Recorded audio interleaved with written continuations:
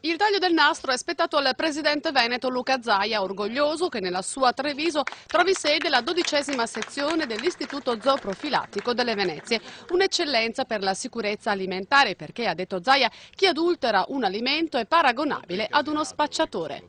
È un intervento di 3 milioni di euro con un risparmio di mezzo milione di euro. Si autofinanzia perché poi questo ente ha una strategicità unica, si occupa della salute dei cittadini e del benessere degli animali. Nasce oggi oggi si pone la prima pietra miliare di una grande cittadella della salute dei cittadini e del benessere animale e comunque è grande riferimento per il mondo dell'agricoltura e per il settore primario. La volontà di mettere tutti assieme i servizi, fare economia di scala e quindi fare una vera e propria lotta agli sprechi. Anche il presidente della provincia Muraro è soddisfatto che le attività di ricerca e la presenza di un laboratorio di biologia molecolare tra i più avanzati d'Europa trovi sede a Treviso.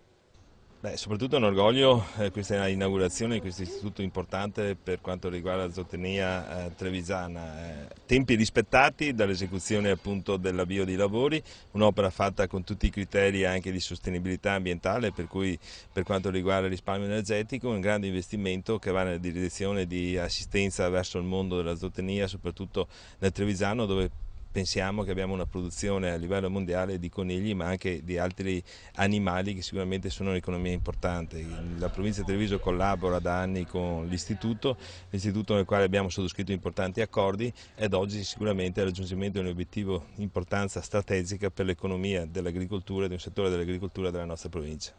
La nuova struttura è pensata e progettata con criteri di risparmio energetico e opera in una provincia con una zootecnia ricca e diversificata. La sezione trevigiana ha una chiara vocazione diagnostica e si è specializzata soprattutto nei reparti cunicolo e avicolo. Noi abbiamo praticamente una sezione per ogni capoluogo di provincia del Triveneto. Questa rappresenta in particolare un aggancio diretto col territorio, quindi tutti i problemi che sono legati alla sicurezza alimentare, problemi legati alla sanità animale e non da ultimo tutte le malattie che stanno emergendo che passano dall'animale all'uomo, questo rappresenta un caposaldo presente sul territorio e quindi fa riferimento a tutto ciò che avviene sul territorio. Treviso direi che è una delle province che soprattutto si sta specializzando molto su quelle che sono le produzioni locali, le piccole produzioni locali, si sta specializzando molto su quello che è l'aspetto dell'allevamento del bestiame, l'allevamento anche del coniglio in particolare, con delle ricerche di altissimo livello, soprattutto in collaborazione con la Francia.